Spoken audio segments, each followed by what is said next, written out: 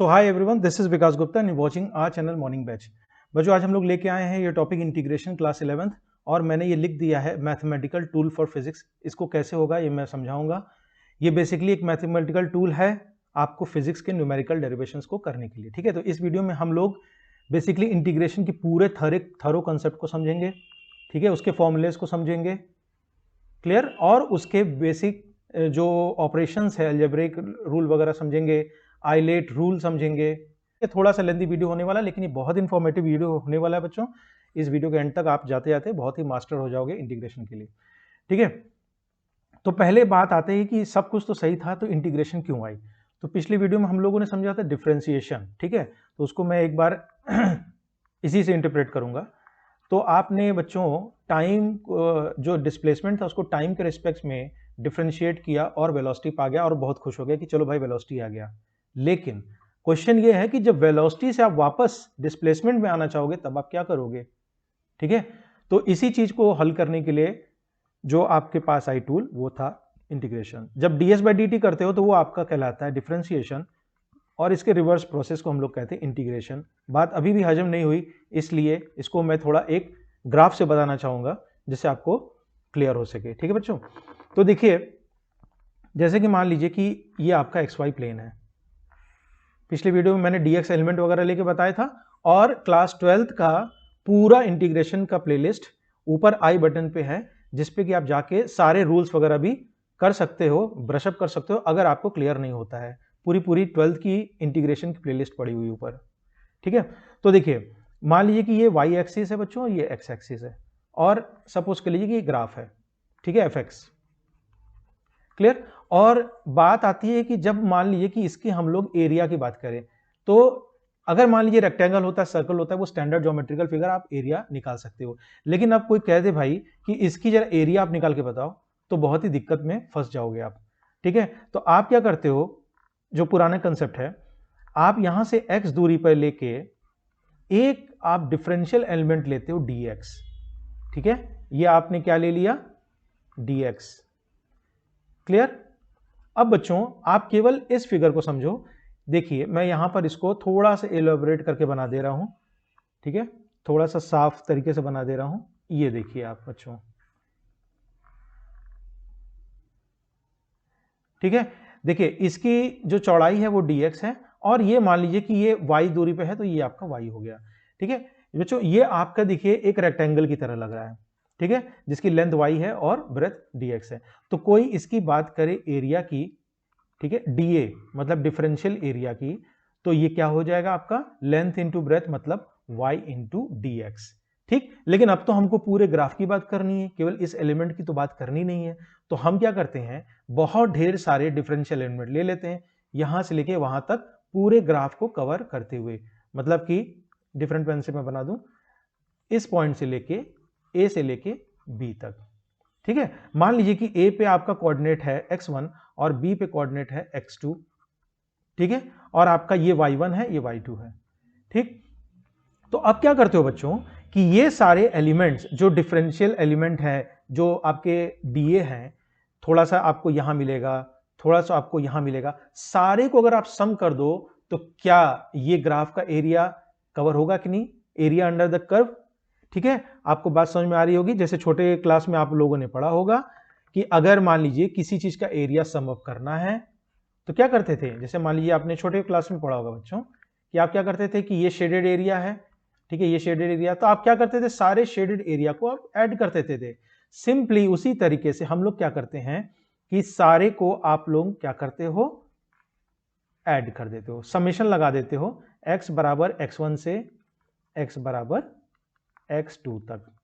ठीक बच्चों, तो ये चीज फाइनली क्या होता है, इसको जो मैथमेटिशियन ने स्टैंडर्ड नोटेशन दिया और ये सिंबल बताया कि आप इसको भैया डिनोट कर दो y dx से, और ये इंटीग्रेशन का साइन है। ठीक है, और ये आप लिमिट कहलाती है बेसिकली आपकी x1 से x2। ठीक है, देखिए आप जा रहे हो ना x1 से x2 की तरफ, तो ये चीज कहलाती है आपका एरिया अंडर द कर्व कह लो या इंटीग्रेशन कह लो। ठीक है, अंदर के टर्म्स को हम लोग, ये वाला जो टर्म इसको इंटीग्रैंड कहते हैं, ये आपका इंटीग्रेशन का सिंबल है और ये आपकी लिमिट है। ये तो बात क्लियर हो गई फंडामेंटल की। ठीक है, अब हम लोग कुछ फॉर्मूला समझेंगे, उस पर न्यूमेरिकल करेंगे और कुछ बेसिक ऑपरेशन समझेंगे। ठीक, तो सपोज कर लो बच्चों कि चलिए पहले बेसिक ऑपरेशन समझ लेते हैं कि सपोज कर लो कि आपका x1 प्लस x2, ठीक है, dx है। तो आप क्या करोगे, सिंपल है, एडिशन ऑफ द एक्सप्रेशन है, तो आप क्या कर दोगे, सेपरेट इसको इवेल्युएट कर लोगे, कोई दिक्कत नहीं। ये बात क्लियर हो गई। चलिए, प्लस हो गया, सिमिलरली माइनस भी मैं लगा दे रहा हूं, माइनस भी आप कर सकते हो। सारे फॉर्मूले को बता देता हूं जो बेसिक फॉर्मूला है। तो एक तो बच्चों ये फॉर्मूला आपका जो है कि इंटीग्रेशन, देखिए इसको याद करने की जरूरत नहीं है, इंटीग्रेशन dx क्या देता है, x, और प्लस c, अभी मैं इसको बताता हूं c क्या होता है। तो इंटीग्रेशन dx, देखिए आप क्या कर रहे हो, थोड़ा कंसेप्ट देखो। इंटीग्रेशन का मतलब एरिया निकाल रहे हो, किसका एरिया निकाल रहे हो, dx का निकाल रहे हो, सारे dx को जोड़ते जा रहे हो। अब भैया ये बताओ कि जब सारे dx को यहां से वहां तक सम कर दिए तो क्या हमको फिर से x मिलेगा कि नहीं मिलेगा, ठीक है। और याद कर सकते हो, याद कर लो, बहुत छोटा फॉर्मूला है। तो इंटीग्रेशन dx जब आप करोगे तो वो आपका मिलेगा x, और ये कहलाता है बच्चों कांस्टेंट ऑफ इंटीग्रेशन। इसको भूल के भी भूलना मत लिखने के लिए, नहीं तो आपका गलत हो जाएगा, ठीक है। आपको ये लिखना ही पड़ेगा, constant of integration c, indefinite integration के चक्कर में। इनडेफिनेट इंटीग्रेशन मतलब कि इनडेफिनेट, कोई लिमिट आपने तय नहीं की। जैसे मान लीजिए लिमिट आपने a से b कर दिया, तो ये आपकी लिमिट हो गई, तब आपको कांस्टेंट ऑफ इंटीग्रेशन नहीं लिखना पड़ेगा, ठीक है। लेकिन अगर इनडेफिनेट है, कोई लिमिट तय नहीं है, तो आपको कांस्टेंट ऑफ इंटीग्रेशन लिखना पड़ेगा। This is called what, indefinite integration, ठीक है। उसके बाद छोटा सा फॉर्मूला और है, x के पावर n dx, ठीक है। ये होता है x के power n plus 1 upon n plus 1, जहां की n माइनस 1 के बराबर नहीं है, ठीक है। और यहां पर आप छोटा सा एक प्लस c भी लिख लो। Clear, x to the power n क्या होता है, x के power n plus 1 by n plus 1 plus c, ठीक है। यहां तक बात समझ में आई। ये कंडीशन दिया हुआ है, देख लो ना, माइनस 1 यहां रखोगे तो क्या हो जाएगा, माइनस 1 प्लस 1, ये डिफाइंड ही नहीं होगा, इसीलिए ये इन्होंने ये ऐसा कर दिया, ठीक है।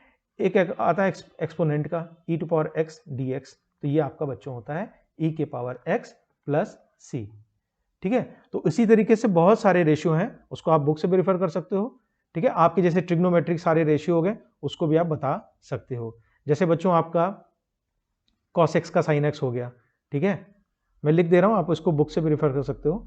मान लीजिए कि क्या है, cos x है, dx है, आपका मैं टाइम नहीं वेस्ट करूंगा, इसको आप बुक से भी रेफर कर सकते हो।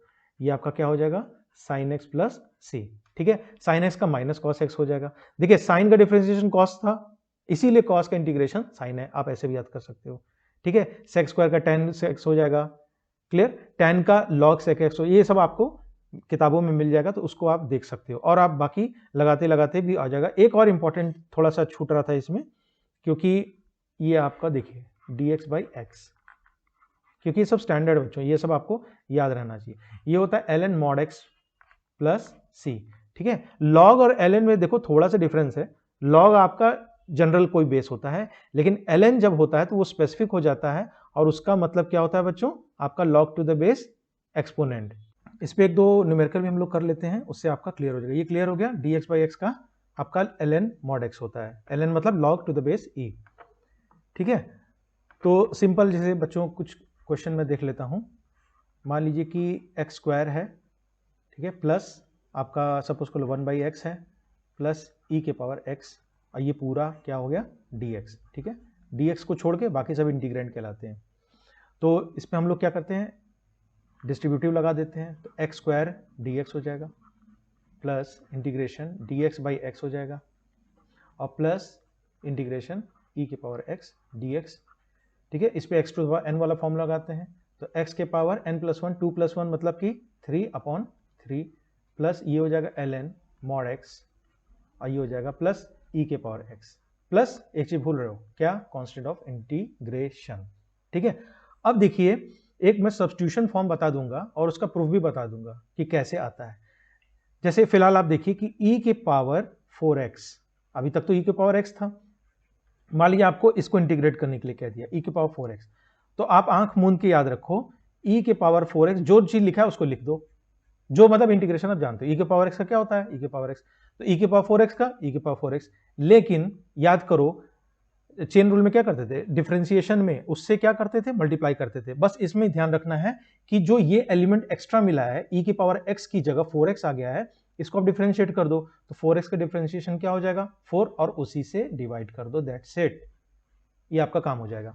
मतलब क्या मैंने बोला नटशेल में कि जो आप जानते हो इंटीग्रेशन वो लिख दो, और जो एक्स्ट्रा एलिमेंट है उसको डिफरेंशिएट करके उसको डिवीजन में लिख दो। ठीक है। सिमिलरली मान लीजिए कि आपको दिया हुआ है sin 2x, ठीक है, या चलो sin 7x, तो इसका इंटीग्रेशन क्या हो जाएगा, आप साइन का क्या जानते हो, माइनस जानते हो, कॉस जानते हो, और क्या जानते हो, sin x का माइनस कॉस x है, तो 7x का भी बच्चों 7x ही लिख दो। ठीक है। लेकिन चूंकि sin x का तो स्टैंडर्ड होता है, तो 7x को डिफरेंशिएट किया, क्या आया 7, और उसको मैंने डिवाइड करके लिख दिया, और ये हमारा आंसर हो गया। ठीक।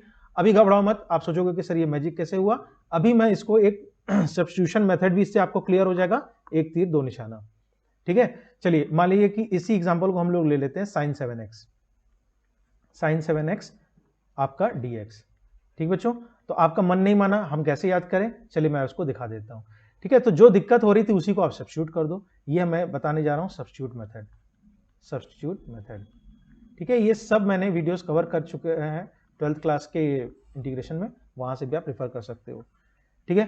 तो जो दिक्कत थी उसको मैंने सब्स्टिट्यूट कर दिया, पुट 7x बराबर t, और मैंने दोनों तरफ डिफरेंशिएट कर दिया x के रिस्पेक्ट में, तो इसका हो जाएगा 7। ठीक है। और ये dt बाई dx हो जाएगा, dt बाई dx हो जाएगा, क्योंकि x के रिस्पेक्ट में कर रहा हूं। ठीक बच्चों, तो ये क्या हो जाएगा आपका 7 dx बराबर क्या हो जाएगा dt। ठीक है। ये इधर उधर हो गया, तो 7 dx dt। अब सब कुछ क्या करता हूं मैं, t के फॉर्म में लिख देता हूं, तो साइन लिख दिया मैंने, 7x को मैंने ये देखिए t सब्स्टिट्यूट किया है, तो इसको t लिख दे रहा हूं। ठीक है। और dx की जगह बच्चों में क्या लिख सकता हूं, dx क्या हो गया dt बाई 7। ठीक है। आपको कंफ्यूजन ना हो, मैं यहां से क्लियर कर दे रहा हूं। ये यहां देख लीजिए, dx को मैं क्या लिख दे रहा हूं, dt बाई 7। तो केवल dx की जगह मैं क्या लिख दे रहा हूं, dt अपॉन 7। ठीक है। अब आप क्या करो, कांस्टेंट तो बाहर हो जाएगा, तो 1/7। ठीक है। अब अंदर क्या बचा बच्चों, sin t dt एकदम सिमिलर है sin x dx के। ठीक है। sin x का क्या था, माइनस कॉस x, तो इसका क्या हो जाएगा बच्चों, माइनस कॉस, ध्यान देना x मत लिखना, t है, और t की जगह मैंने क्या सब्स्टिट्यूट किया 7x, तो ये हो गया minus cos 7x plus c। ठीक है। और plus c, minus cos 7x plus 7।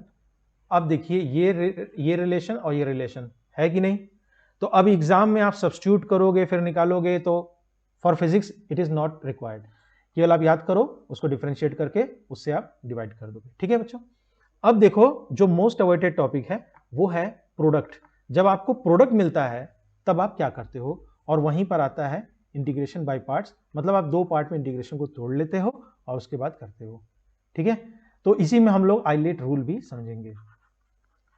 ठीक बच्चों, देखिए अगर मान लीजिए कि कोई दो फंक्शन है u और v आपका x का, और दोनों का क्या हो रहा है, प्रोडक्ट। देखिए u क्या आ रहा है, u इंटू वी, इसीलिए इसको प्रोडक्ट रूल भी कहते हैं। या इंटीग्रेशन बाय पार्ट्स हम लोग समझते हैं। तो आइए बच्चों हम लोग इंटीग्रेशन बाय पार्ट्स को समझते हैं। देखिए इंटीग्रेशन बाय पार्ट्स को इसलिए करते हैं कि हम लोग दो पार्ट में कर देते हैं इंटीग्रेशन। तो इसके लिए देखो, अब देखिए ये फंक्शन है u और ये फंक्शन है v, दोनों का प्रोडक्ट हो रहा है, दोनों ही x के फंक्शन है। इसको मैंने मान लिया फर्स्ट फंक्शन और इसको मैंने मान लिया सेकंड फंक्शन। तो जो लेफ्ट हैंड साइड इंटीग्रेशन उसको मैं लिख सकता हूं, जो फर्स्ट फंक्शन है उसको एज इट इज लिख दो। ठीक है। जो भी फर्स्ट फंक्शन है उसके साथ कोई छिड़कानी नहीं करनी, उसको एज इट इज लिख दो। जो सेकंड फंक्शन उसको इंटीग्रेट कर दो चुपचाप। ठीक है। एक बड़ा सा माइनस साइन लगाओ। उसके बाद देखो मैं कैसे याद करने का तरीका बता रहा हूं, जिसको आपने इंटीग्रेट किया था उसको लिख दो, इंटीग्रेट v dx। ठीक है। जिसको आपने छोड़ रखा था उसको फिर से डिफरेंशिएट कर दो। ठीक है। यू प्राइम का मतलब डिफरेंशिएशन। अब देखो ये पूरा एक इंटीग्रेंड बन गया, और इस पूरे को आप dx के रिस्पेक्ट में आप क्या कर दो, इंटीग्रेट कर दो। अब आपको दो dx दिख रहा होगा, आपको कंफ्यूज होने की जरूरत नहीं। ये देखो जो मैं बॉक्स में बना रहा हूं बच्चों, ये आपका इंटीग्रैंड है। ठीक है। This one is the integrand. अब आपको इसको इंटीग्रेट करना है। ठीक है। तो क्या हुआ, दो फंक्शन है, पहले फंक्शन को एज इट इज छोड़ दिया, दूसरे को इंटीग्रेट कर दिया, माइनस इंटीग्रेशन का साइन लगाया, जिसको मैंने छोड़ा था उसको मैं छोड़ूंगा नहीं, उसको मैंने फिर से डिफरेंशिएट कर दिया। और जो बच्चा इंटीग्रेट हो रहा था उसको मैंने इंटीग्रेट कर दिया, जो चीज मिला इस पूरे को मैंने फिर से इंटीग्रेट कर दिया। ठीक है, बात समझ में नहीं आई होगी ये मुझे श्योर है। आइए इसको हम लोग एक एग्जाम्पल से क्लियर करते हैं। ठीक है, चलिए x e के पावर x dx। ठीक बच्चों, अब आपको दिख रहा है ये आपका हो गया फर्स्ट फंक्शन और ये आपका हो गया सेकंड फंक्शन। एकदम मत घबराना, अभी आइलेट रूल में बताऊंगा फर्स्ट फंक्शन सेकंड फंक्शन कैसे लेते हैं। ठीक है, ये तो सिंपल एग्जांपल है। तो फर्स्ट फंक्शन के साथ क्या है, एज इट इज लिख दो। ठीक है, इंटीग्रेशन सेकंड को क्या किया, इंटीग्रेट कर दो भाई। चलो माइनस लगा दिया, x को जो छोड़ा था उसको डिफरेंशिएट कर दो तो वो तो 1 ही होता है। और इंटीग्रेशन किसको कर दो बच्चों, e के पावर x dx। ठीक, तो ये क्या हो जाएगा, x e के पावर x का इंटीग्रेशन x के पावर e के पावर x dx, सॉरी ठीक है, x हो जाएगा e के पावर x का ये हो जाएगा माइनस इंटीग्रेशन e के पावर x का क्या होगा बताइए, e के पावर x का e के पावर x अगेन हो जाएगा। लेकिन अभी अब इसको आपको इंटीग्रेट करना है, कंफ्यूज नहीं हो रहा ना, पहले इसको इंटीग्रेट किया अब जो मिला उसको इंटीग्रेट किया, तो फाइनली क्या हो जाएगा, x e के पावर x माइनस e के पावर x प्लस c। ठीक है, x e के पावर x माइनस e के पावर x प्लस c। ठीक बच्चों, ये तो बहुत ही सिंपल एग्जांपल था। अब आने वाला है आइलेट रूल, जिससे आपको फर्स्ट फंक्शन सेकंड फंक्शन कैसे ले वो हम लोग निर्धारण करते हैं। तो आइलेट रूल, ठीक है, एब्रिविएशन अगर आप लिखना चाहो तो लिख सकते हो, आई स्टैंड्स फॉर इनवर्स, ठीक है, लॉग, ए फॉर एल्जेब्रिक, ठीक है, algebraic, T for trigonometric and E for exponent. मतलब बच्चों आप क्या करोगे, इस ऑर्डर में चलोगे आई से टी की तरफ, ठीक है, फ्रॉम लेफ्ट टू राइट चलोगे और जो आपको फंक्शन पहले मिल गया उसको आप पहला फंक्शन कह दोगे, जो बचेगा उसको आप सेकंड फंक्शन कह दोगे। अभी बात नहीं समझ में आई, चलिए कोई बात नहीं, मैं एग्जांपल से बताता हूं। दो एग्जांपल लेते हैं, चलिए एक लेते हैं x साइन इनवर्स x, एक लेते हैं चलो e के power x sine inverse x। ठीक है, e के पावर x, दूसरा कुछ ले लो भाई, e के पावर x हो गया, इनवर्स ले लिया ना, चलो एक बार आप ट्रिग्नोमेट्रिक ले लेते हो। मान लीजिए आपके पास दो क्वेश्चन है, अब आप बड़े चक्कर में फंसे हो कि सर फर्स्ट फंक्शन कैसे ले सेकंड फंक्शन कैसे ले। तो देखो यहां से चलो आई से एल, ए से आई से लेके ई तक चलो, तो देखो इसमें इनवर्स है, हाँ भाई इनवर्स है, पहले ही पकड़ा गया। ठीक है, देखो इनवर्स साइन इनवर्स, तो इसको मैंने बोल दिया ये कौन सा फंक्शन है बच्चों, फर्स्ट फंक्शन। मतलब क्या करना है, हम लोग को एक ऑर्डर में चलना है, जो पहले पकड़ा गया उसको फर्स्ट फंक्शन नाम दे देंगे, तो इनवर्स हो गया। और इसको क्या बोल दिया, सेकंड फंक्शन। ठीक है, अब याद करो पिछले एग्जांपल में, पीछे वाले एग्जांपल में देखो x को मैंने फर्स्ट फंक्शन लिया था, लेकिन ऐसा नहीं है, जैसा सिचुएशन रहेगा वैसे काम करना है। अब इसमें चलो सेकंड एग्जांपल में e के पावर x मतलब एक्सपोनेंट, ठीक है, और tan x मतलब ट्रिग्नोमेट्री। अब देखो i है, इनवर्स है, इस वाले में ध्यान दो, इनवर्स है नहीं है, लॉग है नहीं है, अलजेब्रिक है नहीं है, ट्रिग्नोमेट्रिक पकड़ा गया, तो ट्रिग्नोमेट्रिक को मैंने बोल दिया फर्स्ट फंक्शन और एक्सपोनेंट को बोल दिया second function. It is as easy as that. ठीक बच्चों, तो ये आप कर सकते हो प्रैक्टिस। ठीक है, एक सब्स्टिट्यूशन मैंने बता दिया और आपका जो है आइलेट रूल बता दिया। ठीक है, इस पे एग्जांपल भी करा दिया, ये करा दिया ना मैंने, देखो ये x e के पावर x। ठीक है, अगर इस पे और आप करना चाहो तो एक आध क्वेश्चन और देख सकते हो। एक क्वेश्चन बच्चों और हम लोग देख लेते हैं, जिससे कि हम लोग इंटीग्रेशन बाय पार्ट्स और आपका क्या आइलेट रूल क्लियर हो जाए। ठीक है, तो एक और देख लेते हैं, चलिए इस बार ट्रिग्नोमेट्रिक फंक्शन ले लेते हैं x sin x। ठीक है, x sin x dx। तो इसको हम लोग देखिए आइलेट रूल से समझते हैं। यहां से चलते हैं, इनवर्स है नहीं, लॉगरिथमिक है नहीं, एल्जेब्रिक है, देखो एल्जेब्रिक आपको दिख रहा है, तो ये आपको कह दिए फर्स्ट फंक्शन और ऑटोमेटिकली दूसरा क्या हो जाएगा, सेकंड फंक्शन। तो हम लोग क्या करते हैं, फर्स्ट फंक्शन जो था उसको एज इट इज लिख देते हैं, तो वो हो जाएगा x और integration of second function sin x dx, minus बड़ा साइन लगाते हैं, जो आपने फर्स्ट लिया था उसको डिफरेंशिएट कर देते तो उसका हो जाएगा x का डिफरेंशिएशन 1 हो जाएगा, और integration of sin x dx और इस पूरे का इंटीग्रेशन। ठीक है, तो ये हो जाएगा बच्चों x, ठीक है, साइन का आपका क्या हो जाता है माइनस कॉस x। ठीक है, आपका क्या हो जाएगा माइनस कॉस x, तो ये बन गया माइनस x कॉस x। अब आपका देखिए ये क्या हो जाएगा, देखिए इसको मैं सिंपली कर दे रहा हूं, देखिए साइन x का कितना हो जाएगा माइनस कॉस x। ठीक है, माइनस कॉस एक्स बाहर आ गया, एक माइनस तो हो गया प्लस, तो इंटीग्रेशन ऑफ सिंपली क्या हो गया, कॉस एक्स। समझ में आ रही बात? जो इसका इंटीग्रेशन वो परफॉर्म करोगे, माइनस कॉस एक्स, एक माइनस बाहर आके माइनस माइनस प्लस हो गया और कॉस एक्स, तो ये क्या हो जाएगा, माइनस एक्स कॉस एक्स, ठीक है। और कॉस एक्स का इंटीग्रेशन क्या हो जाएगा, साइन एक्स, ठीक है। ये तो याद होगा, साइन एक्स का डिफरेंशिएशन कॉस, तो कॉस का इंटीग्रेशन साइन एक्स। अभी आपको क्वेश्चन करते करते प्रैक्टिस हो जाएगा। और एक कांस्टेंट ऑफ इंटीग्रेशन लगाना मत भूलना। तो बच्चों, आई होप आपको ये सारा कंटेंट समझ में आएगा और इंटीग्रेशन में आपको कोई प्रॉब्लम अब नहीं आनी चाहिए। बहुत सारा प्रैक्टिस कीजिए क्वेश्चंस का, ताकि आपको ईजी लगने लगे। क्लियर? तो अगर आपको ये वीडियो वाकई बहुत इन्फॉर्मेटिव, यूजफुल, मीनिंगफुल लगा हो तो इसको मैक्सिमम लोग से शेयर कीजिएगा। और अभी तक आपने सब्सक्राइब ना किया हो तो प्लीज़ इस चैनल को सब्सक्राइब कीजिएगा, ताकि आपको लेटेस्ट वीडियो मिल सके। ठीक है, मिलते हैं नेक्स्ट वीडियो में नए टॉपिक के साथ। Till then keep learning.